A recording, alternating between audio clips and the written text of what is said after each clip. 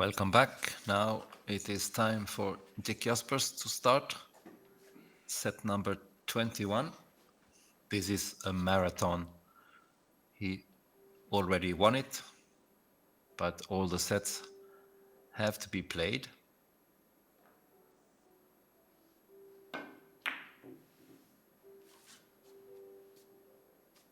I will take this opportunity while you watch an absolutely perfect break shot. Now Dick will probably make 10 points, so I will have some announcements to make here. There have been some changes, and as one viewer mentioned Danish players, the group with Murat Naci Çoklu, Dionelin and Jérôme Barbillon was originally scheduled for 16th to 18th of April, will now be played 15th to 17th of May. That is the group Çoklu, Nelin, Barbillon. Also, Eddie Merckx, Tayfun Taşdemir, and Panaya. Sorry, I forgot his first name. I'm stupid. Why did I forget that? Maxime Panaya was originally scheduled 30th of March to 1st of April, now 5th through 7th of May. And one more interesting group was originally scheduled end of April, will now be played 19th through 21st of May, and that is the group with Ludwig Chenet, Gwendal Marachal, and myself. So those were the changes made in coordinating with the CEB, the Confédération Européenne de Billard, has been decided due to some quarantine rule changes here. And while Dick is collecting his points, let's see how he placed the yellow ball here. It goes to that side of the table, might not have an easy continuation here. Has to go for a cross table shot. So where were we? We were at question time.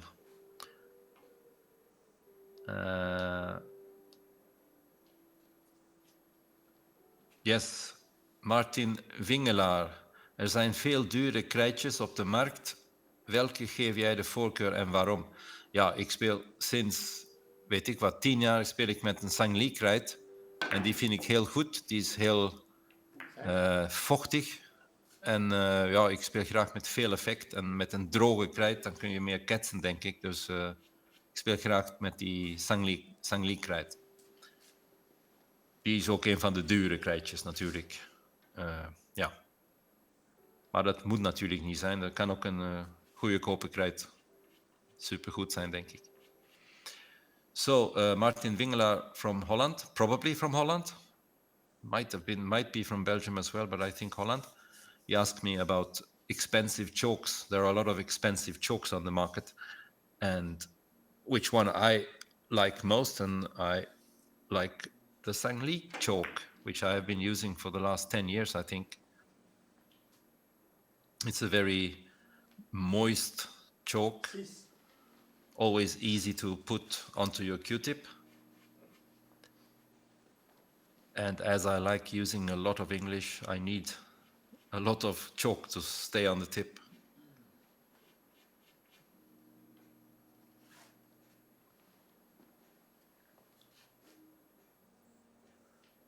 Another very nice question coming from Turkey, from Aykut Acar. He asks me, I will read the question, it's a very nice one, so I will read it completely while Jaspers is still making his run of 10. That's number 7, playing for 3. While the performance of players in pool and snooker decreases from the age of 40, the performance of many players in three-cushion billiards increases after the age of 40. What could be the reason for this? Yes, that's a wonderful question.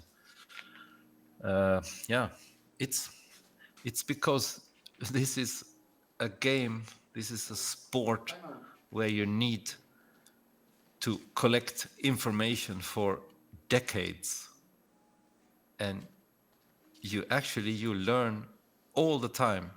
You continue playing, you learn every day, and it's a lot of collecting information. It's like a computer. The brain is like a computer. It has to be filled with a lot of information. So you can't do that in a couple of years. Look at Daniel Sanchez, for example. He was a fantastic player when he was 17 already, but he's now better. Good shot by Dick Jaspers here, maybe just missing it, so no run of 10 this time. Yeah, that's a very interesting question, and you're right. Players reach their top level when they are older than 40, and that is for sure, maybe even around 50 or something. So that's very interesting to watch, but it is about the enormous amount of information that we are collecting and learning new things as well, new approaches, same shot, but a little bit different. We find out after 30 years that we have been playing a shot just a little bit wrong, not completely wrong, but we change some detail, a little bit thinner or a little bit less English or some little changes, and all in all, your game gets better.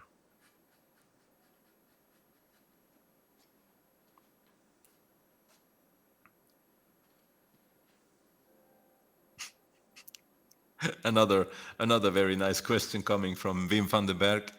Thank you for introducing so many different things in today's transmission. Now, Wim, de theorie van Sang Lee was zoveel mogelijk spelen van het dichtstbijzijnde bal. Mee eens, Torbjörn? Ja, natuurlijk ben ik mee eens. Ik kan niet meer zo goed zien. Ballen ver weg, ik wil dat niet spelen. Ik speel alles van de dichtstbijzijnde bal. Ik grap een beetje, maar het is wel aangenaam dat die bal die dichtstbij ligt, die kun je veel beter beheersen hoe je die precies raakt.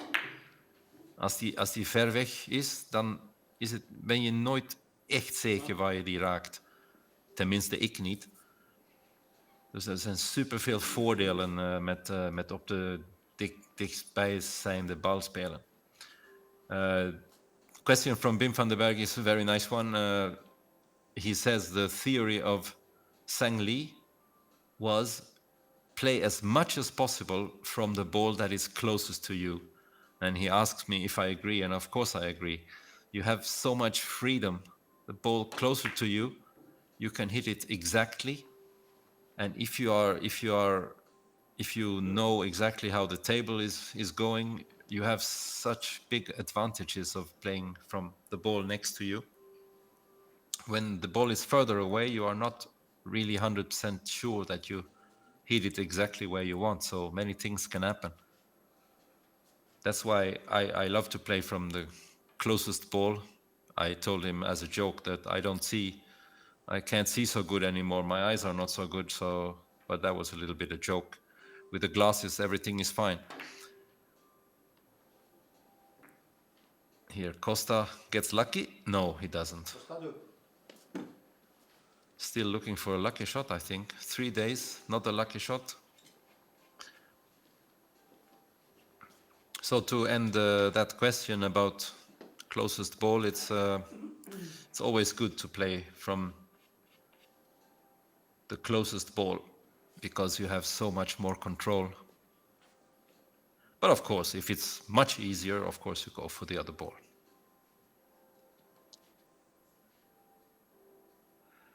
En dan heb ik een vraag van Kees Lageweg. Of ik nog andere hobby's heb. Oh ja, Ik heb wel andere hobby's. Ik kijk graag filmen, ik lees graag boeken. Ik doe graag hardlopen. En skiën vind ik ook mooi, maar ja, dat kun je maar 1 keer per jaar doen of maximaal 2 keer misschien. Een beetje gevaarlijk ook. Je kunt makkelijk in het ziekenhuis terechtkomen. Dat is een beetje gevaarlijk, maar dat is zo mooi. En en dan heb ik in die coronatijd heel veel schakentoernooien gezien op internet. Dat vind ik leuk. Met commentaar, zoals wij nu doen met driebanden hier, hebben ze dat met professionele commentaar gehad, heel veel. Tijdens de coronatijd. Dat vind ik superleuk. Kees Lagerweg from Holland asking me if I have other hobbies. Yes, of course I do. I like to watch movies, read books. I like running. Also, I like skiing, but that's something you can do just once or twice in a year. It's also dangerous. You can land in the hospital. And during the COVID-19 period, lockdowns, I have been watching a lot of chess tournament with commentary, with professional commentary like this one we're having today. But in chess, I've been watching a lot of those. Magnus Carlsen and his friends, very interesting.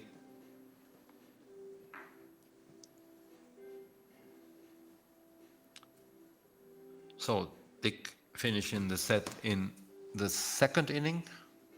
So he's raising his level. He is approaching the 2 average mark. Slowly reaching his normal average. And that is not the case for the other 2 players. They are still a little bit behind.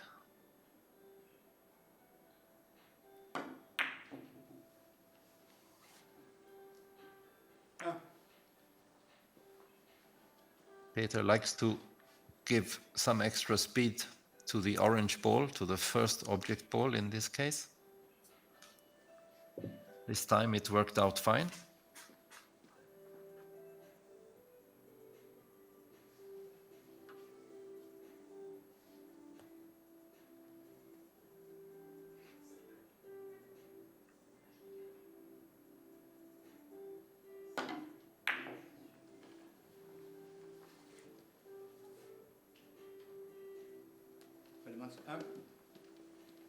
And that one dived into the bad corner, but it's a nice safety shot. Here is some work for Dick. Time to pull out a trick shot maybe.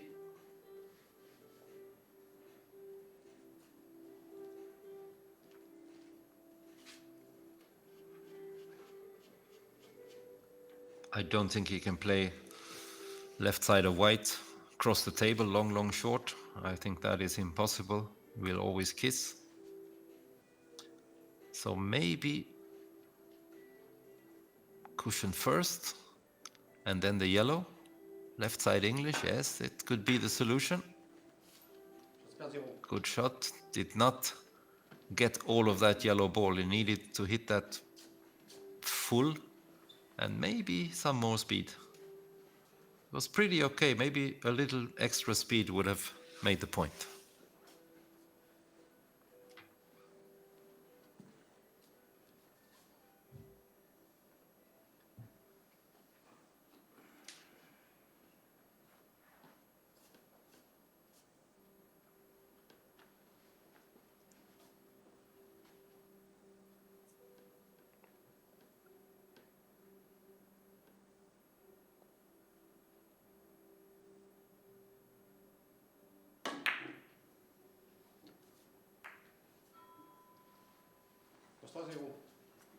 Just about everything went wrong there for Costa.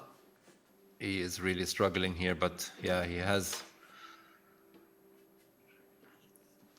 big problems finding the right motivation here. The game is gone, and the only thing he can do is to try to be second and catch Ceulemans, but it's a very tall order because he needs 2 sets and there are only 4 left to play, and Dick Jaspers will probably take a couple of them, so almost impossible situation for Costa.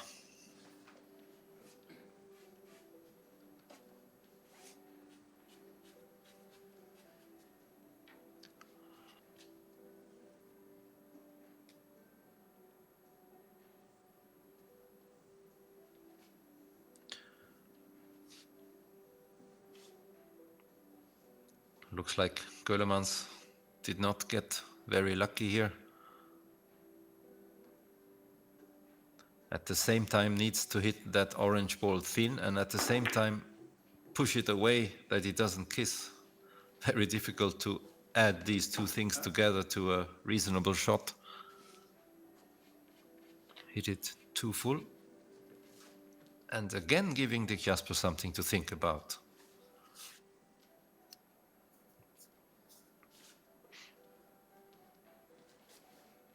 So this is something for the chat. Quickly give some suggestions. What is to play here? I have no idea.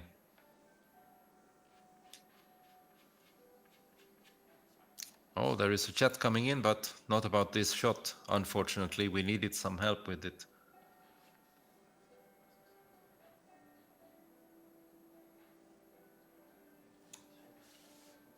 Time out.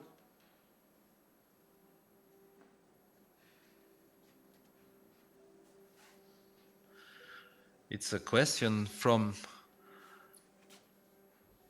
probably from a Benelux country, but it's in English, so easier to answer for me. From Chris van der Linden. I see more and more young Asian players being extremely good. So is it only due to their discipline and high hours of practice? They do practice a lot. It's like the general idea of a Korean three-cushion player, he should play like 7 or 8 hours a day. I also do when I am in Korea. You just play billiards all the time and you learn a lot from that. It is heavy work, of course, but the result is that you get very good early in your life. But I still stay with my idea that I had before, that even if you are strong when you're young, you will learn more because there's such huge amounts of information that you need to collect. But it's a good way of getting ahead of the others, playing a lot when you're young. Not only Korea, also Vietnam has a very young billiard audience.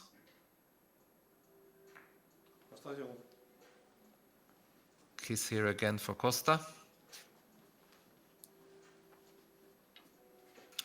Another thing that can be said about Korea, especially, that there are coaches in the clubs. There are coaches, mostly older players who have been playing for many, many years and do have this larger amount of information. They are actually training the younger players in the clubs in a more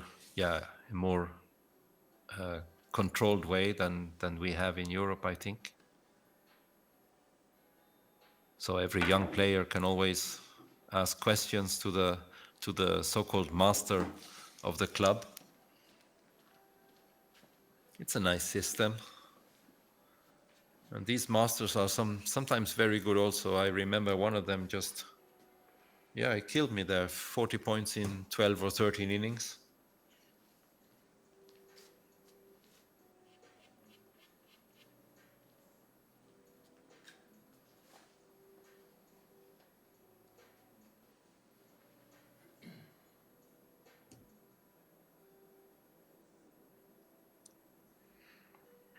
Finally, something that looks normal for Dick Jaspers in this set. This is very playable. Stun shot, 3 cushions, very nice, but just missing. Everything was good. Technique, hit, everything good. Just he decided to go a little bit too deep into the cue ball. That's a decision that you take, and this time it was not correct.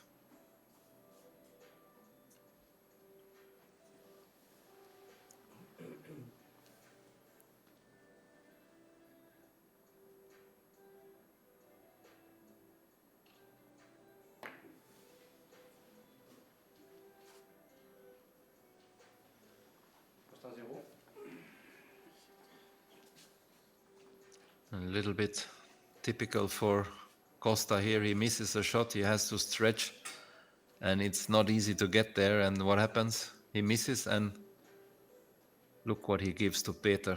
He can shoot this with the wrong hand and be eyes closed probably.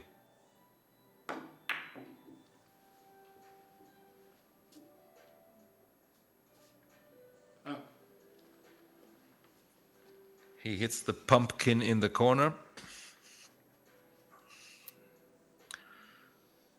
Plays nice position play here. The orange ball is perfectly placed.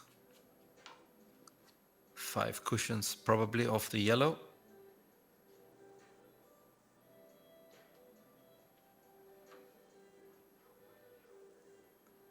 Needs to control the yellow though. Might get in the way.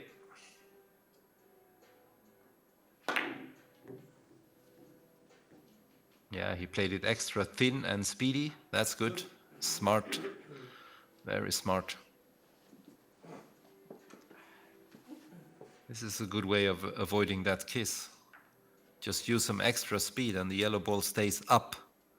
Does not go down to the orange ball. Showing his experience there.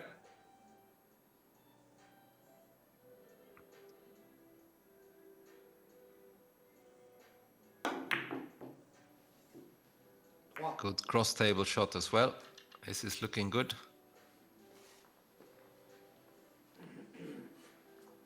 Chance for a whitewash here. Maybe he wins one set 10-0-0. That doesn't happen many times.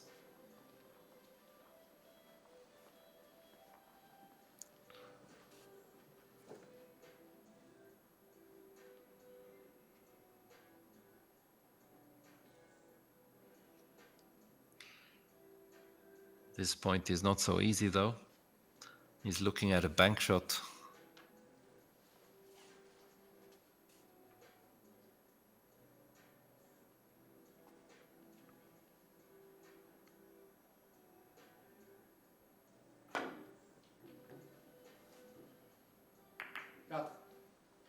Very nice. And sending both balls to the corner. If they both go very close to the cushion, it's not going to be easy. Orange went to the cushion and yellow as well, maybe. No, yellow is open. That's nice. Now he can probably make this one without too much trouble. Needs to be careful that the cue ball does not curve too much after hitting the first ball.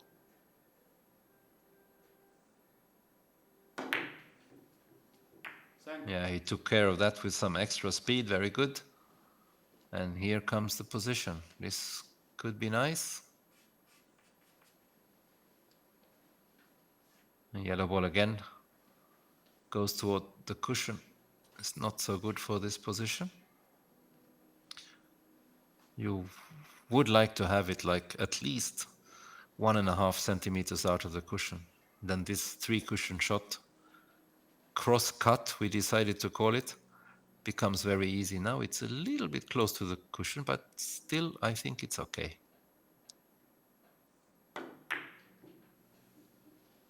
Yeah, that was no problem for Peter.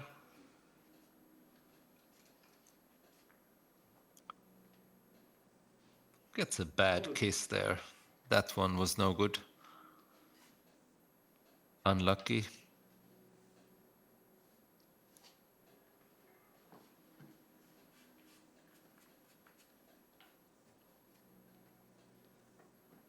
Those kisses there towards the end of the shot can change the percentage you have for the next shot enormously.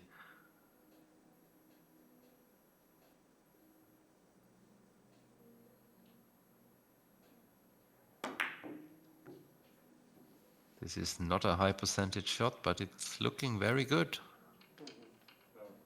Set. Beautiful shot and set point for Peter.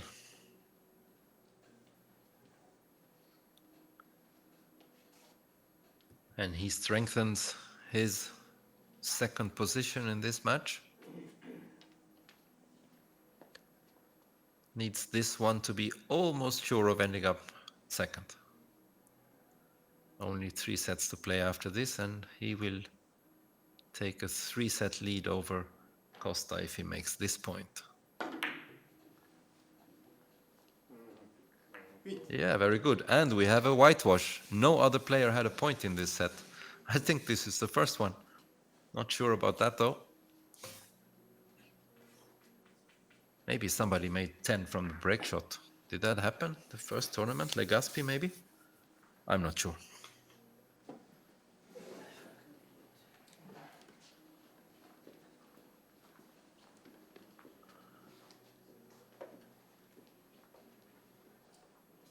"22 sets played." I was lying to you. There's only 2 sets left to play, so we have a break now. 5 minutes break. Sorry, I've been answering too many questions. I lost count. See you in 5 minutes.